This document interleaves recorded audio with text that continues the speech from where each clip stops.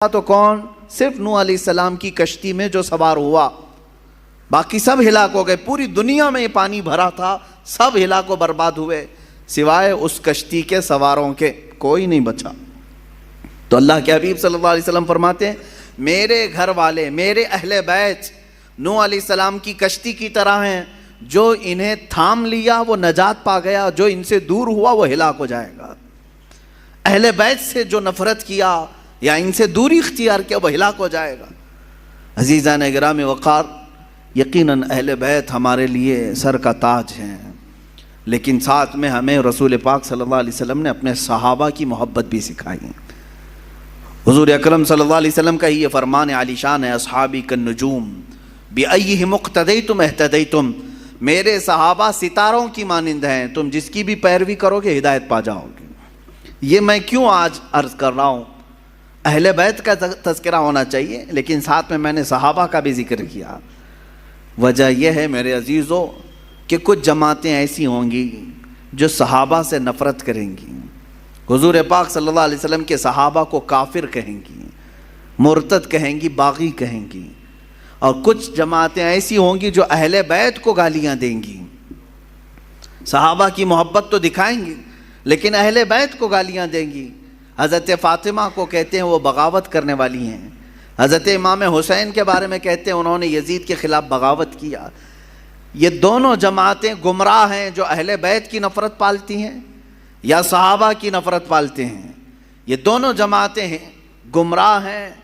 ان میں درمیانی جماعت وہ ہے جس کو مسلک اعلیٰ حضرت اہل سنت و جماعت کہتے ہیں۔ اہل سنت و جماعت یہ ہمارا درمیانی مسلک ہے، درمیانی، کہ ہم کیا کہتے ہیں جس کو امام اہل سنت فاضل بریلوی نے یوں ارشاد فرمایا، اہل سنت کا ہے بیڑا پار اصحاب حضور، نجم ہے اور ناؤ ہے عطرت رسول اللہ کی۔ یہ اس شعر میں نجم کا نام آیا ہے، ناؤ کا نام آیا ہے۔ نجم کہتے ہیں تارے کو، نجم کس کو کہتے ہیں؟ ستارے کو، اور ناؤ کشتی کو کہتے ہیں۔ اعلیٰ حضرت فرماتے ہیں ہمارا بیڑا تو پار ہے الحمدللہ۔ صحابہ کو حضور نے کیا فرمایا؟ میرے صحابہ ستاروں کی طرح ہیں۔ اہل بیت کو کیا کہا حضور نے؟ کشتی کی طرح ہے۔ اعلیٰ حضرت فرماتے ہیں ہمارے پاس تارے بھی ہیں اور کشتی بھی ہے۔ ہاں، تارے رات کے وقت اندھیرا ہو جائے تو پہلے کے زمانے میں تاروں سے ہی راستہ طے کیا جاتا تھا۔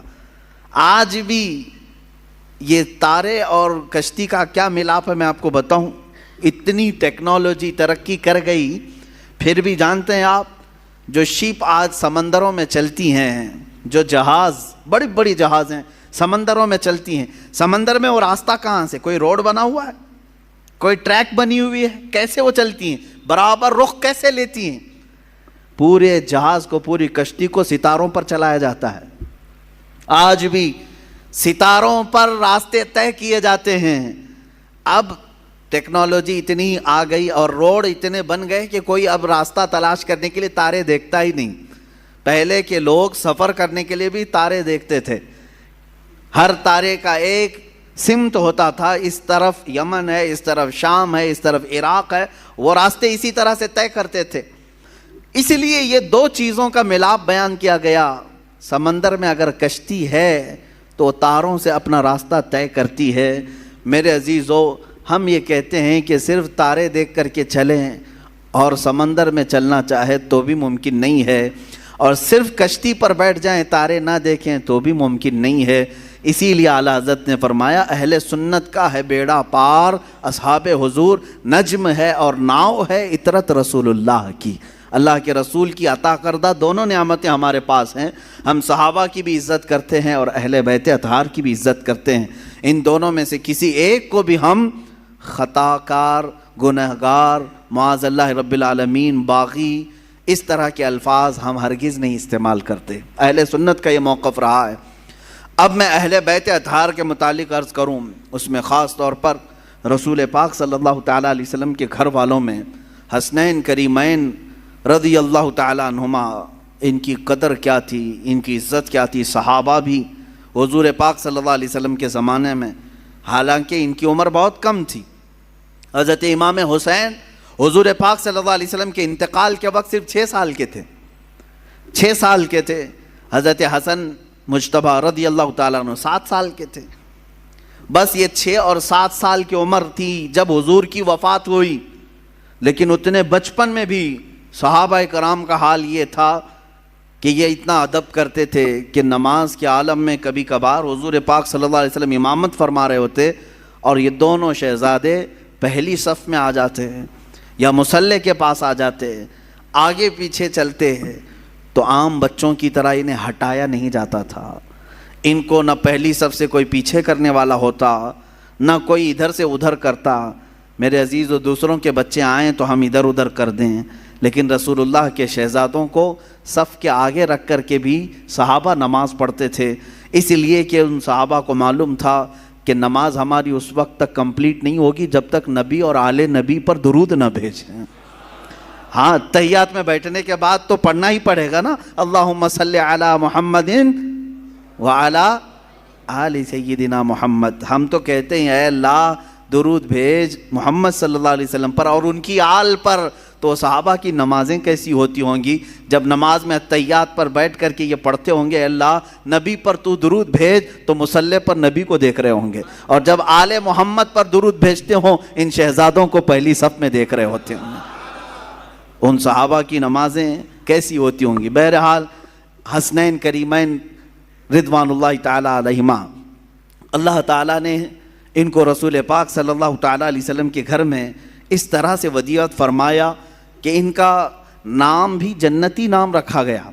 حسن اور حسین میرے آقا نے فرمایا اسما من الجنتی, یہ جنت کے ناموں میں سے ہے, جنت کے ناموں میں سے ہے. اور میرے آقا صلی اللہ علیہ وسلم اکثر امام حسین کو سونگھتے تھے.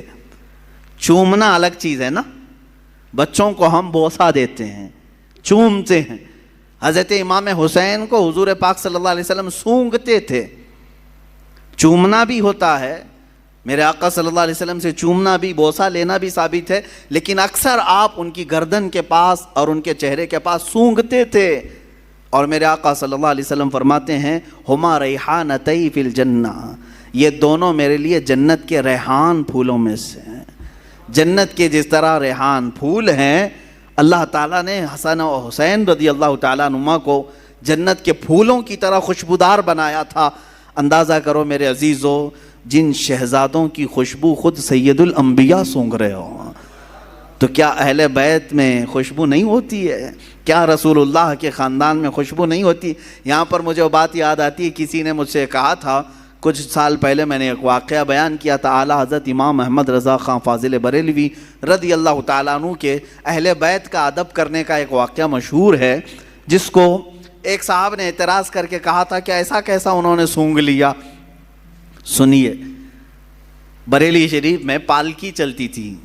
پالکی اسٹیشن سے گھر جانا ہو, کہیں پر بھی جانا ہو, تو 4 لوگ جو ہے ایک چھوٹی سی پالکی اٹھاتے تھے, جیسے اب رکشہ ہے. پہلے وہ لوگ مزدور اٹھا کر کے لے جاتے تھے, عام تھا یہ, مکہ میں بھی موجود تھا, طواف کرانے کے لیے پالکیاں ہوتی تھی, حبشی لوگ اٹھاتے تھے. بریلی میں امام اہل سنت فاضل بریلوی نے یہ کرائے کے پالکی والوں کو بلایا. اس میں 3 لوگ تھے یا 4 لوگ تھے یا جتنے بھی تھے, پالکی اٹھانے والوں نے کرایہ طے کیا, اٹھا لیا. تھوڑی دیر کے بعد اعلیٰ حضرت فاضل بریلوی رضی اللہ تعالیٰ عنہ کہنے لگے روک دو روک دو. روکا گیا, اتر گئے, کہا کہ تم میں سے کوئی سید زادہ ہے؟ پالکی اٹھانے والوں میں سے کوئی سید زادہ ہے؟ تو لوگوں نے کہا میاں تمہیں تو کرائے سے مطلب ہے, کرایہ دو اور چلو آگے, پیسے دو اور اپنا, یہ کیا ہے, سید ہے, پٹھان ہے, کوئی بھی تو اٹھائے. اعلیٰ حضرت نے کہا ہرگز نہیں, میرا یہ شیوا نہیں ہے کہ کسی سید زادے پر میں سوار ہو جاؤں. آپ نے بار بار اصرار کیا تو ان پالکی اٹھانے والوں میں ایک سید زادہ تھا. انہوں نے کہا کہ ہاں میں سید ہوں. اللہ اکبر. تھوڑی دیر ہی سوار ہوئے تھے, اعلیٰ حضرت رضی اللہ تعالیٰ عنہ ان کے ہاتھوں کو پکڑ لیا, رونے لگے, بڑی خطا ہو گئی مجھ سے, غلطی ہو گئی, میں قیامت کے دن کیا منہ دکھاؤں گا رسول پاک کو کہ احمد رضا تو میرے بیٹے کے کندھے پر سوار ہوا تھا. اور رونے لگے. اس کے بعد اتنے ہی پر نہیں معافی مانگ کر, بلکہ اس سید زادے کو پالکی پر بٹھایا اور وقت کا مجدد خود پالکی اٹھایا, خود پالکی اٹھایا اور آگے تک لے کر کے گئے, اور ان کو بہت سارا نذرانہ اور ہدیہ پیش کیا اور کہا سید زادے آپ کے لیے زیب نہیں دیتا کہ آپ لوگوں کا بوجھ اٹھائیں. میں جب تک زندہ ہوں آپ کی حاجات جو بھی ہوں گی مجھ غریب خانے سے آپ لے جایا کریں. آپ کا ہی در دولت ہے, آپ کے آقا آپ کے نانا کا دیا ہوا ہے. اس سید زادے کو اس کام سے ہمیشہ کے لیے دور کر دیا. یہ امام اہل سنت فاضل بریلوی رضی اللہ تعالیٰ عنہ کا مشہور واقعہ ہے, بیان بھی کیا جاتا ہے. کسی صاحب نے ہم سے کہا تھا کہ ایسا کیسے ان کو آ گئی تھی خوشبو, تو ہم نے یہی کہا کہ ان کی طرح عشق پیدا کرو, خوشبو آ ہی جائے گی. پیدا کرو جو گلاب کو سونگھے تو بھی کہے لب پھول دہن پھول زکن پھول بدن پھول. واللہ جو مل جائے میرے گل کا پسینہ, مانگے نہ کبھی عطر نہ پھر چاہے دلہن پھول. کیا بات رضا اس چمنستان کرم کی, زہرا ہے کلی جس میں حسین و حسن پھول.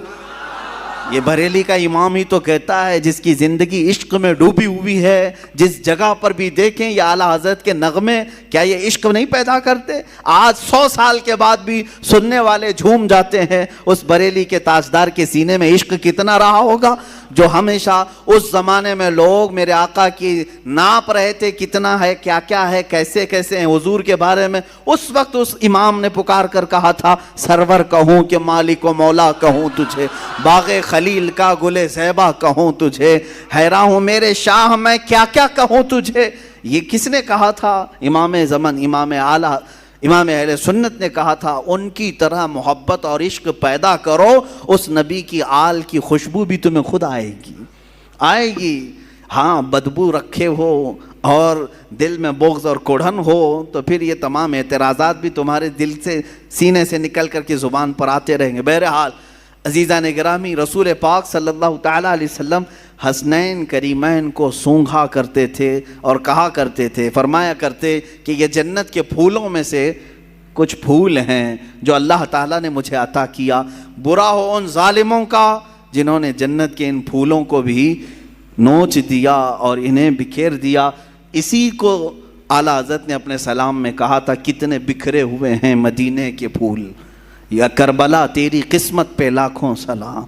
کربلا کے میدان پر سلام بھیجتے ہوئے اعلیٰ حضرت نے یوں کہا تھا کہ یہاں بکھرے ہوئے ہیں یہ مدینے کے پھول ہیں, جس جگہ دیکھو رسول اللہ کا کوئی نہ کوئی شہزادہ نظر آتا ہے. اس زمین کو بھی اعلیٰ حضرت نے سلام پیش کیا تھا. عزیزان گرامی وقار, رسول پاک صلی اللہ تعالیٰ علیہ وسلم کا گھرانہ یقین جانیں اللہ تعالیٰ کی بارگاہ میں معزز گھرانہ ہے. حضرت عمر ابن خطاب رضی اللہ تعالیٰ عنہ امیر المومنین ہیں, جن کی نیکیاں اللہ کی بارگاہ میں بہت زیادہ ہیں اور جن کے بارے میں خود میرے آقا نے فرمایا میرے بعد اگر کوئی نبی ہوتا تو وہ عمر ہوتے. اتنی ساری فضیلتیں ان کے پاس ہیں, لیکن مدینے میں ایک وقت ایسا آیا کہ قحط آ گیا, بارش نہیں آ رہی تھی, لوگ سوکھا پڑ گیا تو پریشان ہو گئے. سب امیر المومنین کے پاس آئے. جانتے ہو امیر المومنین عمر ابن خطاب رضی اللہ تعالیٰ عنہ, جن کو اللہ تعالیٰ نے بہت سارے انعامات سے نوازا, وہ زاہد بھی ہیں, متقی بھی ہیں, پرہیزگار بھی ہیں, رسول پاک صلی اللہ علیہ وسلم کے خلیفہ بھی ہیں, سب ہیں. دعا کے لیے خود ہاتھ اٹھا دیتے نہیں, بلکہ سارے لوگوں کو میدان میں جمع کیا اور پھر اس کے بعد حضرت عباس رضی اللہ تعالیٰ عنہ کو گھر سے بلایا جو رسول پاک صلی اللہ علیہ وسلم کے چچا تھے, اور بیچ میدان میں آ کر کے حضرت عباس کا ہاتھ پکڑا اور عرض کیا اے اللہ تیرے نبی کے رشتہ دار کا ہاتھ میرے ہاتھ میں ہے, میں بارش تجھ سے مانگتا ہوں, تو میری بات کو رد نہ فرما. مدینے والے روایت بیان کرتے ہیں حضرت عمر نے ابھی ہاتھ چھوڑا بھی نہیں تھا کہ مدینے میں بارش شروع ہو چکی تھی. اہل بیت کے وسیلے سے دعا کی جائے اللہ قبول فرماتا ہے.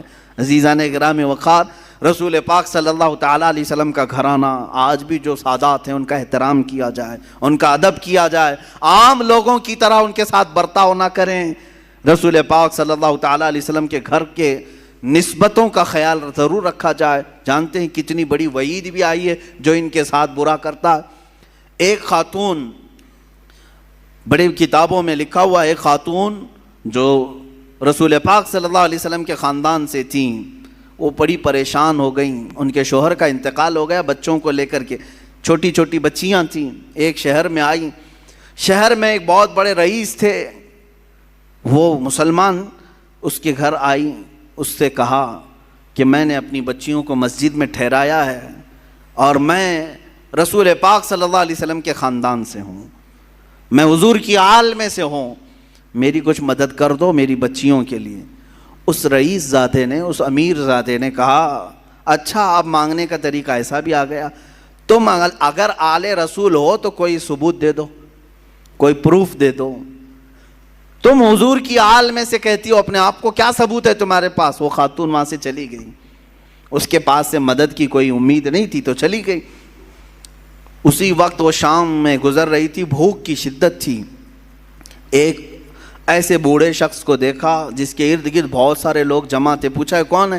کہا یہ شہر کا ایک مجوسی ہے، آگ کا پجاری ہے، لیکن لوگوں کو دیتا بہت ہے، بانٹتا رہتا ہے۔ یہ خاتون وہاں گئی اور اس سے کہا، اپنا معاملہ بھی بتایا کہ میں حالات کی ماری ہوئی ہوں، پریشان ہوں، میری بچیاں مسجد میں ہیں اور میرا گھر سب ختم ہو چکا ہے۔ تو اس مجوسی شخص نے اتنا سنا تو فوراً اپنے گھر سے عورتوں کو بلوا کر کے کہا، جاؤ اس خاتون کی بچیاں جو مسجد میں ٹھہری ہیں عزت سے انہیں لے آؤ، اپنے گھر میں مہمان بناؤ، اور یہ خاتون کہتی ہے کہ یہ محمد صلی اللہ علیہ وسلم کی آل میں سے، ان کی عزت ہونی چاہیے۔ وہ تھا مسلمان نہیں تھا، عزت کیا، گھر میں ٹھہرایا اور خاتون کو اپنے گھر مہمان بنایا، ان کی خاطر تواضع کی۔ اب سنیں، رات ہو گئی، رات کے وقت یہ جو رئیس زادہ تھا، امیر زادہ تھا، جو مسلمان تھا، اس نے خواب میں دیکھا قیامت کا منظر قائم ہے، حساب کتاب ہو رہا ہے، اور اسی وقت رسول پاک صلی اللہ علیہ وسلم تشریف لایا ہے۔ تو یہ رئیس زادہ فوراً حضور کی بارگاہ میں حاضر ہوا کہ آقا میری شفاعت فرمائیں۔ حضور پاک صلی اللہ علیہ وسلم نے فرمایا کیوں شفاعت کی جائے؟ کہا کہ آقا میں آپ کا امتی ہوں، آپ کا چاہنے والا ہوں۔ میرے آقا نے فرمایا کیا ثبوت ہے تمہارے پاس؟ میرے امتی ہونے کا کیا ثبوت ہے تمہارے پاس؟ وہاں کیا پیش کرتا؟ پروف پوچھنے والے، دلیلیں پوچھنے والے۔ حضور پاک صلی اللہ تعالیٰ علیہ وسلم نے جب یہ ارشاد فرمایا تو وہ لاجواب ہوا اور رونے لگا کہ آقا مجھ سے آپ اعراض نہ فرمائیں، مجھ سے آپ ناراض نہ ہوں۔ میرے آقا صلی اللہ علیہ وسلم نے فرمایا آج میری ایک شہزادی تیرے گھر آئی تھی، تو نے اس سے اس کے نسب کا ثبوت پوچھا تھا، اس کی مدد نہیں کیا تھا۔ اتنا حضور پاک صلی اللہ علیہ وسلم جلال میں بیان کر رہے تھے کہ اس کی آنکھ کھل گئی، دھاڑے مار کر کے رونے لگا۔ اچھا ایک چیز یہ بھی اس نے دیکھا اسی خواب میں کہ میرے آقا صلی اللہ تعالیٰ علیہ وسلم اسے جنت کی طرف دکھا رہے ہیں، اس مجوسی آدمی کے نام پر جنت میں ایک محل تیار ہے، جس کے گھر وہ عورت ٹھہری ہوئی ہے، مجوسی آگ کا پجاری ہے، لیکن اس کے نام پر جنت میں ایک محل ہے۔ تو یہ بیدار ہوا، بہت پریشان ہوا، اپنے مصاحبین کو بلایا، اپنے چاہنے والوں کو، اور کہا کہ یہ خاتون آئی تھی فلاں فلاں، کہاں ٹھہری ہے؟ کیا یہ مجوسی اپنے گھر لے گیا ہے؟ سبوں نے تحقیق کی تو پتہ چلا ہاں اس مجوسی کے گھر ٹھہری۔ یہ دوڑا ہوا وہاں پہنچا، گیا اور اس مجوسی سے کہا کل رات جو خاتون تمہارے گھر آئی ہے برائے مہربانی اسے ہمارے گھر بھیج دو، وہ ہمارے مذہب سے ہے، ہمارے دین سے ہے، ہم اسے مہمان بنائیں گے۔ اس مجوسی نے کہا ایسا نہیں ہو سکتا۔ اس رئیس زادے نے کہا 1000 درہم میں تجھے تحفے میں دیتا ہوں، قبول کر لے۔ اس مجوسی نے کہا اس کا 10 گنا بھی دو تو میں اس مہمان کو تمہارے حوالے نہیں کروں گا۔ اس مجوسی نے اتنا اصرار کیا تو یہ پوچھنے لگا آخر اس عورت میں کیا ہے؟ کہا جو تو خواب دیکھ کر آیا ہے وہ سچ خواب دیکھ کے آیا ہے۔ کل جب وہ خاتون ہمارے گھر آئی، ہم رات کے وقت سوئے تھے، خواب میں رسول پاک صلی اللہ علیہ وسلم تشریف لائے، مجھے اور میرے پورے گھر والوں کو میرے آقا نے خود کلمہ پڑھایا۔ ہم اب مجوسی نہیں ہیں، ہم اہل ایمان میں سے ہیں۔ رسول پاک صلی اللہ علیہ وسلم نے ان کی آل میں سے ان کی ایک شہزادی کی عزت پر اتنا بڑا انعام دیا کہ ہمیں دائرہ ایمان میں لایا، اور پھر میرے آقا نے اشارہ کر کے بتایا کہ اے فلاں کل تو اٹھے گا تو جنت میں مولا تیرے لیے فلاں محل تیار رکھے گا۔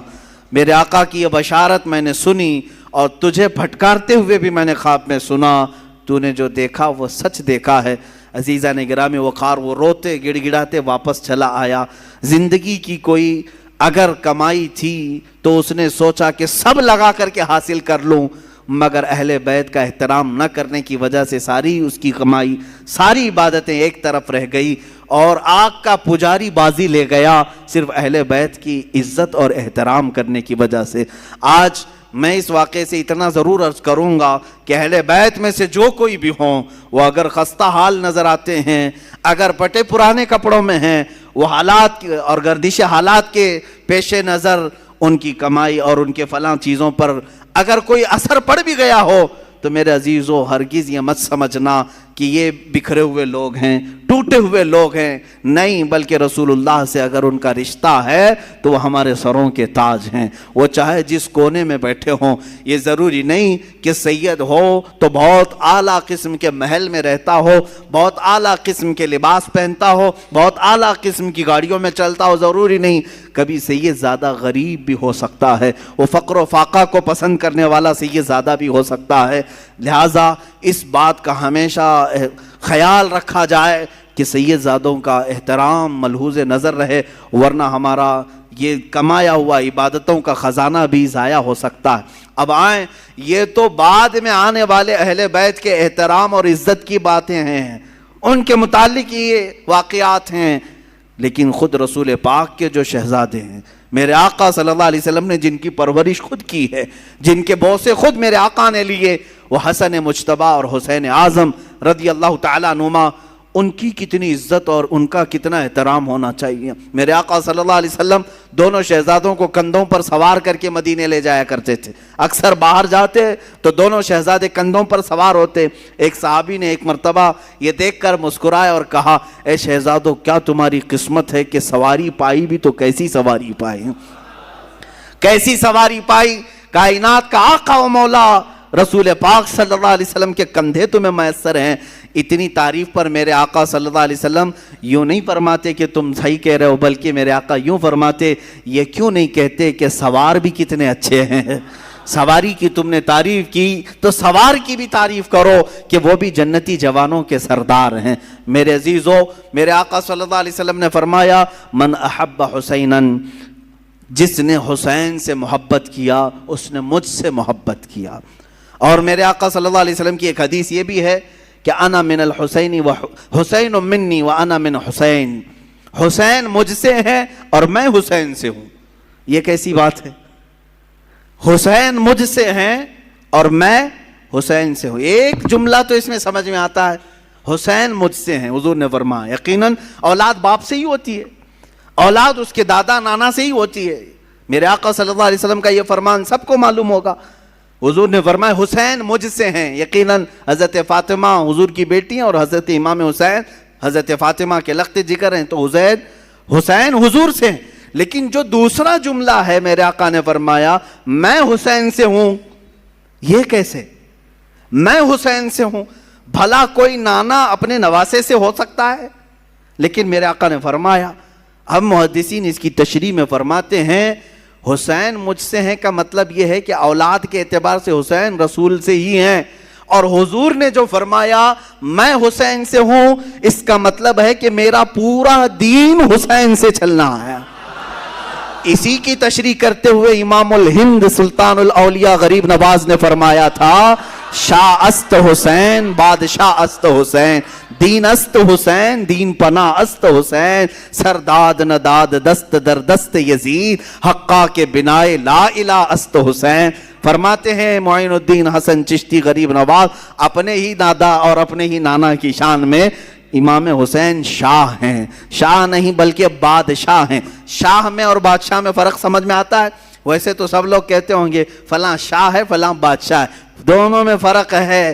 شاہ جو ہے سلطان کو کہتے ہیں، اور بادشاہ کنگ میکر کو کہتے ہیں، جو بادشاہ بناتا ہے، جو شاہ بناتا ہے اس کو بادشاہ کہا جاتا ہے۔ اور دین است حسین دین پناہ است حسین، حسین پورے دین کا نام ہے، حسین دین کی حفاظت کرنے والے کا نام ہے۔ اپنا سر دے دیا، ہاتھ یزید کے ہاتھ میں نہیں دیا۔ حق تو یہ ہے کہ لا الہ کی جڑ کا نام حسین ہے۔ اب سمجھ میں آیا حضور حسین سے کیسے ہے؟ حضور حسین سے کیسے ہیں؟ رسول پاک صلی اللہ علیہ وسلم کا دین حسین سے ہے۔ جو حسین پاک سے نفرت کیا، بغاوت کیا، وہ دین سے نکلنے والوں میں سے ہے، خارج ہونے والوں میں سے ہے، میرے آقا صلی اللہ علیہ وسلم کو ایذا دینے والوں میں سے ہے۔ میں ابھی چند دن قبل، ابھی اسی محرم سے قبل ایک بات سنا، کسی سعودی لقوہ مارے ہوئے آدمی کو یہ کہتے ہوئے سنا، ہاں ریالوں نے جس کا لقوہ مارا ہے جس کے عقیدے پر، اگر یہ 2 شہزادوں کی لڑائی تھی کربلا کی، 2 شہزادوں کی لڑائی تھی، یعنی حضرت حسین حضرت علی کے شہزادے اور یزید حضرت امیر معاویہ کا شہزادہ، آپس میں 2 بڑے بڑے لوگوں کے بیٹوں کی لڑائیاں تھیں۔ اس بیوقوف کو معلوم کہاں ہے، کہاں کس کو شہزادہ کر رہا ہے، کس کو شہزادہ کہہ رہا ہے۔ ہاں حسین ابن علی رضی اللہ تعالیٰ یقیناً شہزادہ رسول ہیں، لیکن یزید کو شہزادہ کہا جائے گا؟ پلید ہے، جس کے نام کے ساتھ ہم پلید کا لفظ استعمال کرتے ہیں۔ یہ شہزادوں کی لڑائیاں نہیں تھی، حق و باطل کی لڑائی تھی، حق و باطل کی لڑائی تھی، اور نہ ہی 2 خاندانوں کی لڑائی تھی، اور نہ ہی یہ سیاست کا معاملہ تھا جیسے آج کچھ لوگ یہ بھی پیش کرنا چاہتے ہیں۔ جیسے پہلے یہ جوکر نائک کہتا تھا کہ یہ سیاست کا معاملہ تھا، یہ سیاسی معاملات تھے جس کی وجہ سے یہ لڑائیاں ہو گئی۔ ان کو ایسا لگتا ہے کہ سیاست اس وقت ایسی ہی تھی جیسے الیکشن کے لیے، ووٹنگ کے لیے جگہ جگہ گھومنا پڑے۔ ارے حسین اعظم ہے، حسین اعظم ہے، رسول اللہ کے نواسے ہیں، اللہ تعالیٰ نے ان کو اتنی طاقت و قوت عطا کی تھی، وہ چاہتے تو پوری دنیا پر اپنی حکمرانی قائم کر لیتے۔ انہوں نے میرے آقا کے فقر و فاقے کو پسند کیا۔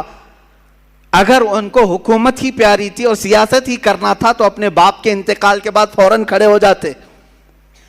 حضرت امیر معاویہ 20 سال تک خلیفہ رہے، تب تک امام حسین نے نہیں مطالبہ کیا۔ اگر ان کو یہی سب شوق تھا بادشاہت کا، سیاست کا، تو وہ تو حضرت علی کے بیٹے تھے، خلافت حضرت علی کے بعد ختم ہو رہی تھی، تو وہ دعویٰ کر سکتے تھے کہ میرے باپ کی خلافت اب مجھے آئے۔ نہیں دعویٰ کیا کبھی۔ یہاں سے بات سمجھ میں آتی ہے، 20 سال کے بعد اگر وہ مدینے سے اٹھ رہے ہیں تو صرف اس بات پر اٹھ رہے ہیں کہ نبی کونین کے دین پر کوئی غدار اور فاسق و فاجر کرسی نہ بچھا سکے۔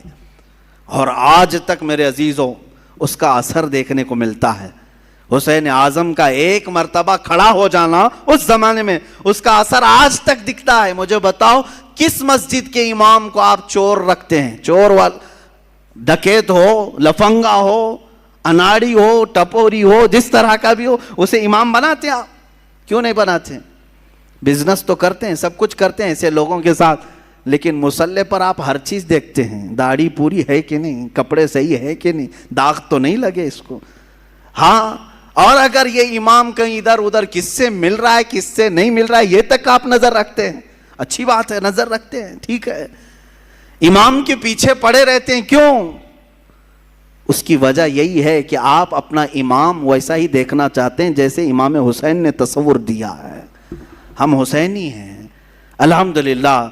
بھائی یزید کو آپ نے امام تسلیم اسی لیے نہیں کیا کہ اگر رسول اللہ کے نواسے نے اس وقت اس کو امیر المومنین کہہ دیا ہوتا تو پھر قیامت تک آنے والے سب لوگ یہ دلیل بناتے، رسول اللہ کے نواسے نے جب ایک فاسق و فاجر کو امام بنایا تھا تو ہماری مسجدوں کا امام چور ہو جائے تو کیا فرق پڑتا ہے؟ لوگ دلیل بنا سکتے۔ امام علی مقام نے قیامت تک آنے والوں کے لیے ایک ایسا مشعل پیدا کیا، ایک ایسی روشنی بنائی کہ اسی کے بل بوتے آج تک ہم چل رہے ہیں۔ عزیزان گرامی، حسنین کریمین رضوان اللہ تعالی علیہما، حضور پاک صلی اللہ تعالی علیہ وسلم کی گود میں کھیلنے والے، یہاں تک کہ اکثر حضور کا جبہ مبارکہ کافی کشادہ ہوتا، کبھی پہن کے آتے ہیں، تو صحابہ روایت کرتے ہیں کہ کبھی کبھار حضور اکرم صلی اللہ علیہ وسلم اپنے جبے کے اندر کوئی چیز چھپا کر کے آتے تو ہم دیکھتے کوئی قیمتی چیز چھپا کر آئے ٹھنڈیوں کے دنوں میں، لیکن وہ قیمتی چیز وہی شہزادے ہوتے تھے، حضور کے جبے میں چھپے ہوئے ہوتے ہیں، حضرت حسن مجتبی اور حسین اعظم رضی اللہ تعالیٰ۔ آپ اندازہ کریں صحابہ اکرام حضور صلی اللہ علیہ وسلم کی ایک جھلک دیکھنے کے لیے بے قرار رہتے، صحابہ حضور کے مہر نبوت کو دیکھنے کے لیے بے قرار رہتے، حضور اکرم صلی اللہ علیہ وسلم کے بوسے لینے کے لیے بے قرار رہتے۔